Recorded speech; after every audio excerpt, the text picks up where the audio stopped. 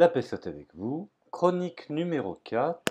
En l'occurrence, le thème sera la défense de la République contre ses détracteurs. Car j'entends de plus en plus des gens s'élever et critiquer la République, dire qu'elle est franc-maçonne, que finalement elle est désuète, qu'elle ne sert plus à rien. Alors, j'aimerais bien, je dirais, rafraîchir la mémoire à certains concernant, je dirais, la République face à toutes ces caricatures. Quand je dis caricature, je ne parle pas des personnes, hein, je parle des caricatures pensives qu'on fait à l'égard de la République. Je suis profondément républicain et je soutiens la République, peut-être pas ce qu'elle est devenue aujourd'hui, mais dans son principe, et finalement au fond. Si le principe de la République n'était tout simplement l'humanisme en action. Alors je ne suis pas stupide, je sais que certains vont croire que je suis en train de faire l'apologie de Oui Oui au pays des jouets, ce que d'autres utilisent le pays des bisounours, mais c'est simplement une interrogation. Je me questionne et je m'interroge. Je ne suis pas rêveur, mais je peux considérer que nous sommes dans le concret, ou dans le concrètement exprimé. Revenons, par exemple, au CNR, on ne peut pas parler de plus concret. À la sortie de la Seconde Guerre mondiale, la France fut ravagée par le départ de l'armée allemande, et donc il y avait nécessité de reconstruire le pays. Et c'est pour ça que je parle de réalités certaines, telles que le Conseil national de la résistance, qui fut créé en 1943 et présidé bien entendu par feu Jean Moulin. Ce programme fut rédigé afin d'assurer, premièrement, l'établissement de la démocratie la plus large, en rendant la parole au peuple français par le rétablissement du suffrage universel. Alors après, on en pense qu'on en veut, on est d'accord, on n'est pas d'accord, mais en tout cas, c'était une réalité à l'époque. Deuxièmement, la pleine liberté de pensée, de conscience et d'expression. Troisièmement, la liberté de la presse, son honneur et son indépendance à l'égard de l'État, des puissances d'argent et des influences étrangères. Tiens, tiens. Quatrièmement, la liberté d'association, de réunion et de manifestation. Cinquièmement, l'inviolabilité du domicile et le secret de la correspondance. Sixièmement, le respect de la personne humaine, l'égalité absolue de tous les citoyens devant la loi. Alors, est-ce que cela est mal? C'est pour ça que je parle de caricature et j'invite les gens à s'informer et ne pas voir la République à partir de ceux qui nous dirigent aujourd'hui.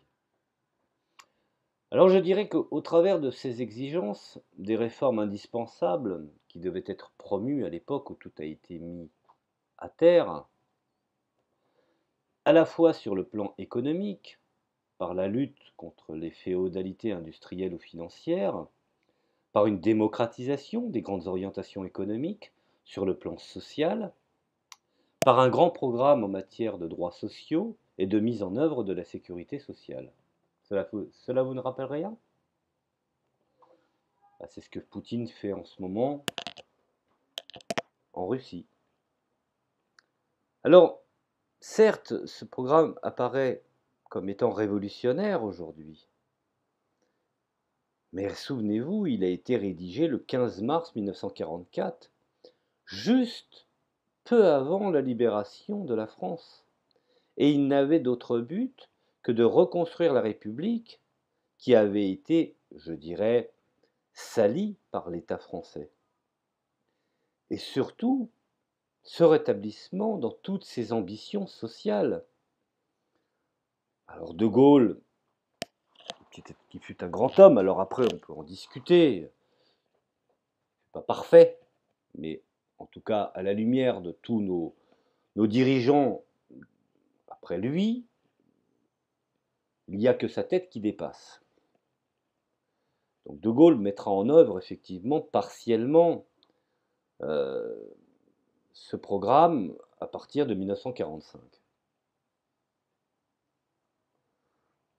Alors aujourd'hui, il sert cette cause de la même façon en nous rappelant, dans la tension générale, ce qu'on peut légitimement exiger ou espérer de la République. Il est comme un livre de chevet républicain qui ouvre de part en part la compréhension, je dirais, d'une métamorphose spectaculaire du système politique français. On dirait, cela dit, cela va de soi, que dans son contenu, ce texte est également un appel à l'universel.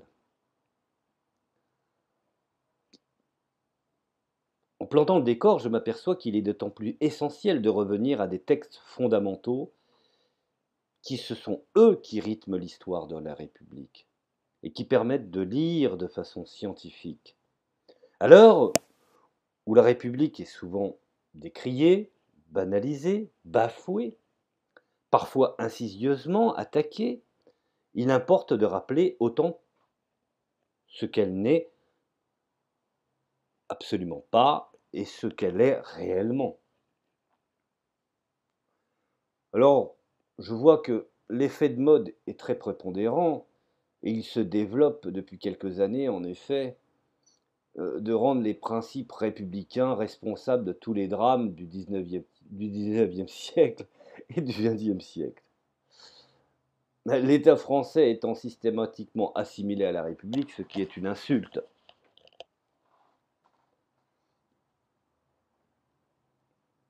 Et celle-ci, bien entendu, a été non seulement, et l'est encore aujourd'hui, stigmatisée au nom des guerres coloniales, de la répression sociale, voire des totalitarismes présentés comme la conclusion extrême de la mise en application des valeurs universelles de la République. Beaucoup, et peut-être loin s'en faut, la mauvaise foi partisane a même conduit certains à incriminer la République pour des actes du régime de Vichy, alors que ce dernier avait justement construit, bâti sa légitimité contre la République, et qui pouvait avoir de conséquences, bien entendu, l'avait détruit. C'est une des raisons pourquoi Jean Moulin avait mis en place ce programme de réhabilitation de la République. Alors s'il est vrai que cela étant, que des événements condamnables ont eu lieu sous le couvert des régimes républicains, et je dirais même parfois au nom de la République, la question demeure de savoir si ils étaient la conséquence même de ces principes de la République, ou au contraire un dévoiement de celle-ci. Sujet brûlant que nous allons aborder, la colonisation. Est-elle l'aboutissement d'un totalitarisme engendré par une conception universelle de ces principes? C'est ce que semble dire toute une école récente d'historiens qui voit la main des principes républicains dans la répression coloniale, dans les expositions coloniales, dans les eaux humains, ce qui est inacceptable, sous la Troisième République. Alors, une telle violence, une telle volonté de déconsidération perdure de nos jours. Prenons exemple. Dans l'appel des indigènes de la République qui tend à opposer les citoyens d'origine française aux descendants décolonisés, particulièrement dans les banlieues, créant ainsi une fracture profonde dans la société française. Ces historiens font souvent plus de morale que d'histoire. C'est pour ça que des fois, quand je lis enfin, du moins je lis leurs ouvrages ou j'écoute leurs allocutions, je m'aperçois qu'ils ont des carences en matière de connaissances historiques. Alors, cela a effet, bien entendu, qu'ils se comportent moins en historiens qu'en procureurs. En effet, leurs analyses procèdent de plus en plus à des méthodes apologétiques que d'examen scientifique. D'abord parce que nombre de faits incriminés, par exemple les os humains, furent plus le résultat d'intérêts privés que d'une volonté politique. Les mêmes éléments se retrouvent plus fréquemment encore autour de colonisations conduites sans référence à la République, telles que les colonisations anglaises, allemandes. Ensuite parce que c'est précisément le contraire des principes républicains qui fut appliqué dans les colonies. Primauté du décret sur la loi, mise à l'écart du Parlement au profit d'une gestion administrative et militaire, inégalité, je dirais même, juridique entre les individus, enfin, et surtout parce que le débat sur la colonisation a toujours créé un clivage parmi ceux qui se réclament de la République. Rien de plus logique que si l'on admet que la République étant fondée, je dirais, sur la raison humaine, donc sur l'esprit critique et la liberté de penser, ce n'est pas un principe figé, mais une pensée vivante, évolutive, donc perpétuellement traversée par des contradictions nouvelles. Des républicains, et non des moindres, ont toujours pris des positions contre la colonisation, menées par d'autres républicains. Citons au début de la colonisation le fameux discours de Georges Clemenceau du 31 juillet 1885, souvenez-vous, contre les interventions coloniales de Jules Ferry. Faut-il par ailleurs rappeler l'œuvre de la décolonisation de ce républicain conséquent que fut Pierre Mendès France? Alors, il n'est pas anodin que des historiens incriminent la République au nom de la colonisation, qui en instruisent, je dirais, le procès au nom des principes anticoloniaux dont la victoire est acquise depuis déjà un demi-siècle, et qui est fait souvent, je dirais largement, l'impasse sur les oppositions à la colonisation du temps où celle-ci prospérait, hein, opposition qui s'élevait aussi au nom des principes républicains. Vous savez, les choses sont assez nuancées, aussi bien, je vais aller dans un autre registre, le capitalisme tel qu'il est établi aujourd'hui est forcément inhumain, mais tous les capitalistes ne sont pas inhumains. Et je pense que les régimes marxistes certains ont été inhumains, mais tous les marxistes ne sont pas inhumains. Donc il faut bien nuancer la chose. On peut, je dirais, et on doit, cela étant, critiquer les attitudes de la pensée coloniale. Cela, ce n'est pas à discuter. Et qu'ont eu beaucoup de chantres qui se prétendaient républicains au nom d'un universalisme de leurs principes. Mais les principes, en effet, ne sauraient être exportés sans la volonté des peuples qui le reçoivent. Mais ceux qui tiennent ce langage doivent tout d'abord admettre qu'il ne saurait être question, au nom d'autres universalismes, d'importer en France des principes non républicains contre la volonté du peuple. Et ça, aujourd'hui, c'est une réalité. Alors, pour toutes ces raisons encore, le rappel des principes politiques et philosophiques républicains, à mon sens, est fondamental. Les citoyens de la nation doivent tout d'abord recevoir le meilleur nom de la liberté, égalité et de la fraternité, à ne pas confondre avec la liberté, égalité, supermarché. C'est ce qu'aujourd'hui on veut nous vendre. Goûter principe fondamental qui est l'amélioration du vivre ensemble, tendre au devenir un, participer à un projet social bénéficiant à tous et partager le bien-être de l'appartenance à la cité. Je rappelle un petit peu, la République s'appuie également sur la République de Platon, l'important du commun, du collectif. Alors il y a donc dans le projet républicain non seulement du droit, de l'éthique, de l'économique, du social, mais aussi ce qui le sauvegarde intérieurement, une part d'esthétique. Je vous renvoie à Hegel là-dessus. L'esthétique a aussi sa dimension, je dirais, irrationnelle dans l'esprit des individus. Alors un gouvernement doit savoir gouverner, pas seulement gérer. Ce n'est pas un responsable des stocks.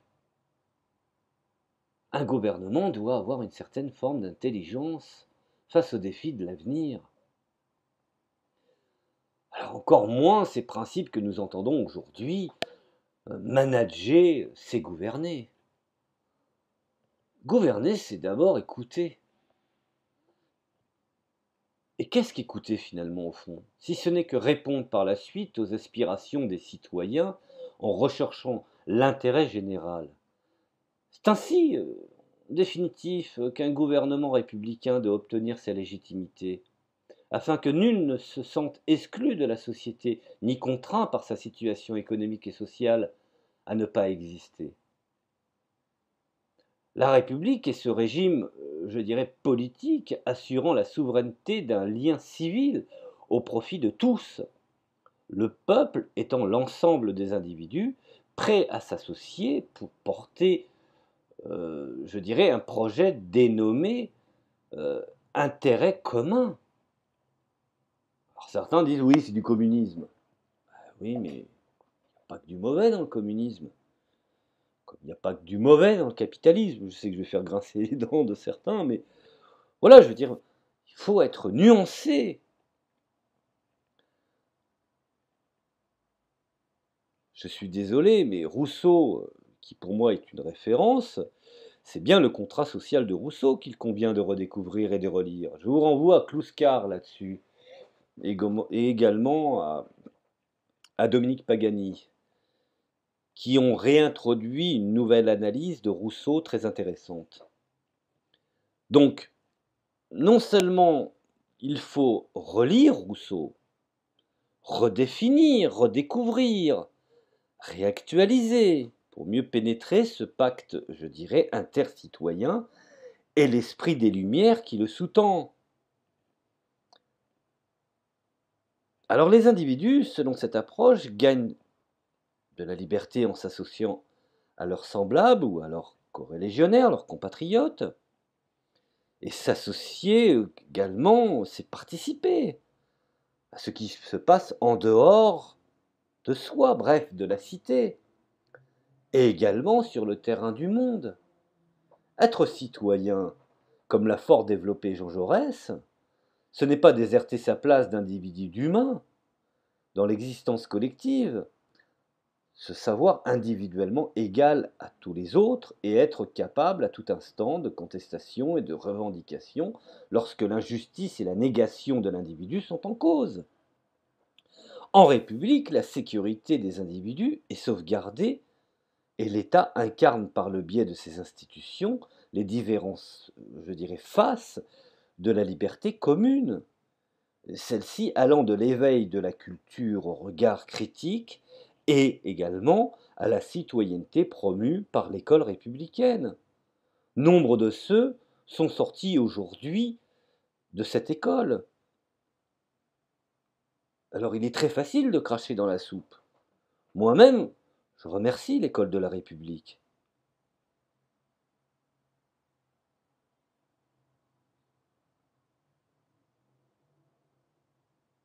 Alors, bien entendu, certains ne pas forcément associer, je dirais, aux directives pour un modernisme pédagogique établi rue de Grenelle.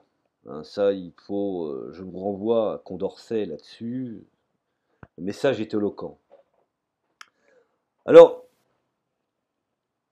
sans trop m'attarder, je voudrais dire qu'en même temps, la justice agit en République pour préserver les libertés fondamentales de tous. En quoi cela est mal? Alors, toutes ces caricatures que nous avons à l'égard de la République, nous allons la remplacer par quoi? Parce que c'est bien beau de dénoncer ce qui ne fonctionne pas, mais que pouvons-nous apporter de meilleur? Vous savez, la critique est facile, mais l'art est difficile. Alors, aucune définition de la République n'est acceptable si elle n'a pour fondement la valeur humaine. C'est à partir de ce principe que se dessine, je dirais, l'horizon d'un humanisme politique. La vie collective se compose entre citoyens qui se côtoient comme semblables, quelles qu'elles soient leurs divergences d'opinion.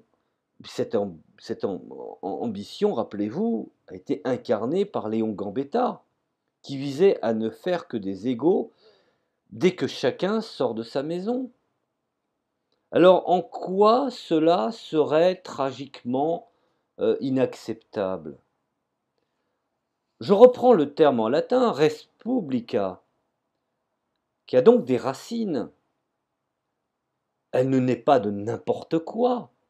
Le programme du Conseil national de la résistance posa les jalons, tout comme le firent à l'époque du contrat social de Rousseau. La Déclaration des droits de l'homme et du citoyen ou encore l'esquisse d'un tableau historique des progrès humains de Condorcet sont des éléments incontournables de notre République. Mais est-ce que les gens aujourd'hui sont avertis, connaissent réellement ce qu'est la République et ce qu'est le message qu'elle a voulu nous faire comprendre? Il serait absurde d'effacer cet héritage. C'est en cela qu'il convient de distinguer ce qui relève de la République comme institution sociale, établie à un moment donné de l'histoire, et ce qui relève des principes républicains eux-mêmes, en ce qu'ils ont je dirais, de programmatique. C'est la confrontation des deux qui permet de perfectionner les choses et d'aller de l'avant. Bref, la République n'est pas en cela différente de la démocratie, ou même des droits de l'homme. On cherche à l'atteindre sans jamais y parvenir. N'oublions pas que tous ces principes qui nous font avancer concourent effectivement à une certaine, je dirais, un certain désir d'utopie. Mais on ne peut abandonner comme référence simplement parce que cela est difficile à réaliser. Il est temps de porter, je dirais, un regard sur le monde et sur notre société, principalement de savoir répondre à ceux qui instrumentalisent la critique de la République pour aboutir volontairement ou non à légitimer premièrement une mondialisation de l'oppression ou à légitimer le diktat de certaines communautés.